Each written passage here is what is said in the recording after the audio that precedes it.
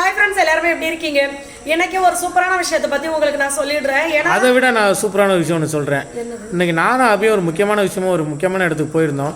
அவங்க பார்த்து அபியை பார்த்து, என்னம்மா ஆள் கழுத்தெல்லாம் நீண்டு போய் ஆள் மூஞ்செல்லாம் சப்பி போன மாதிரி கிடையாது, போயிட்டியாமான்னு கேட்டாங்க. சோறு தண்ணி போறானா இல்லை வேணும் என்னை பார்த்து ரொம்ப அசிங்கமாக ஒரு வார்த்தையை கேட்டுவிட்டாங்க. பாரு என்னம்மா இழைச்சிட்டேன்னு கேட்டாங்க. அது வந்து எனக்கு சந்தோஷமா இருந்துச்சு. இன்னொன்று, முந்தின நாள் எங்கள் இதில் வந்து இசைமன்ற விழாவில் வந்து ஃபங்க்ஷன் நடந்தது.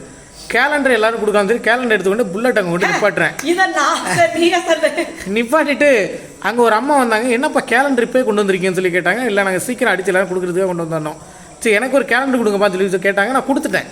கொடுத்ததுக்கப்புறம் அபிட்ட பேசிக்கிட்டு இருக்காங்க. இது யாருமோ தங்கச்சான்னு சொல்லி காரணியாவை பார்த்து கேட்டாங்க. காரணியாவை பார்த்து இது யாருமா உன் தங்கச்சியான்னு கேட்டாங்க. இவரை கேட்கல, இது யார் உன் தங்கச்சி அப்பான்னு கேட்டாங்க. சத்தியமா கேட்டாங்க. நல்ல வயசான அம்மா. கேட்டவொடனே எனக்குன்னா ஆனந்தம் பொங்குதேன்னு, ஐயோ அது என் பொண்ணு, இது என் புருஷன் அப்படின்னு அதை வந்து ஹாப்பியா இருந்துச்சு. நல்லா பாருங்களேன், அவங்க ஒரு வார்த்தை சொல்லிட்டு போனாங்க.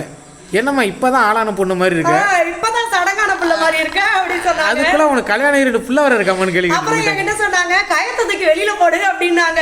நான் அப்புறம் சொன்னேன், இதத்துக்கு வெளில போட்டா என்ன ஆகிறது என் நிலைமை அப்படின்னு சொன்னேன். அதனால இது பாருங்களேன், இது வந்து நான் ஏன் ஹாப்பியா சொல்றேன் அப்படின்னா, எனக்கு வந்து 36 வயசாச்சு. 36 வயசுல இந்த மாதிரி ஒருத்தவங்க என்னை பார்த்து சொல்லும் போது அது நம்மளுக்கு ஹாப்பியா தான் இருக்கும். இன்னொன்னு வந்து இது பொய்ன்னு மட்டும் நினைச்சுக்காதீங்க, சத்தியமா உண்மைதான். அதனால வந்து வேற எதனா சொல்லி திட்டப்படாது. ஓகே, இதுக்கு வந்து நம்ம வந்து நம்மன்னு கிடையாது. என்கிட்ட எங்க அண்ணி ஒருத்தவங்க இருக்காங்க. அவங்க வந்து பல வருஷத்துக்கு முன்னாடி ஒரு விஷயம் என்கிட்ட சொன்னாங்க. இல்ல மச்சா, என்ன சொல்ல வரேன்னா, அழக்கூடாது எதுக்கு எடுத்தாலும் அப்படி சொல்லுவாங்க. நான் வந்து அப்போ ஒரு விஷயத்துக்காக எங்க அண்ணி கிட்ட நான் அழுதுட்டு கிடப்ப சொல்லி சின்ன வயசு, ரொம்ப சின்ன வயசு, எனக்கு 17 வயசு கூட இல்லை, அதுக்கெல்லாம் முன்னாடி அழுதுகிட்டே கிடப்பா. அப்ப எங்க அண்ணி சொல்லுவாங்க என்கிட்ட, இப்படி அழுதுட்டே இருக்கக்கூடாது, நீ அழுதுட்டே இருந்தனா சீக்கிரம் ஏஜ் ஆகி போயிடு, எப்பவுமே சிரிச்சுட்டே இருங்க. அது உண்மையா பொய்யான்னு எனக்கு தெரியல, நான் சிரிச்சுட்டே தான் கிடக்குறேன். இது பாத்தீங்கன்னா, ஏய் போடா என்னென்னவோ பேசி இதை சொல்ல விடாம பண்ணிட்டியாடா. இது வந்து டார்க் சர்க்கிள் கிரீம். இது வந்து நம்மள்ட்ட வந்து வாங்கி விற்கிறாங்க ஒரு சிஸ்டர். ஸோ அவங்களுக்காக ரெடி பண்ணிட்டு இருக்கோம். ஏன்னா டார்க் சர்க்கிள் பார்த்தீங்கன்னா, இப்போ நிறைய ஃப்ரெண்ட்ஸ் என்கிட்ட கால் பண்ணும்போது கேட்பாங்க, எனக்கு ஃபேஸ் நல்லா பிரைட்டாக இருக்குது, ஆனால் கருவளையம்னால என் ஃபேஸ் ரொம்ப டல்லாக தெரியுது அப்படின்னு. நம்ம என்னதான் மனசு சந்தோஷமா இருந்தாலுமே நம்மளுக்கு கண்ணை சுற்றி கருவளையம் இருந்துச்சுன்னா நம்மளை கேட்குற கேள்வியே பார்த்தீங்கன்னா, ஏன் இவ்வளோ சோகமாக இருக்க, என்னாச்சு, எதுவும் பிரச்சனையா, இப்படி தான் கேட்பாங்க.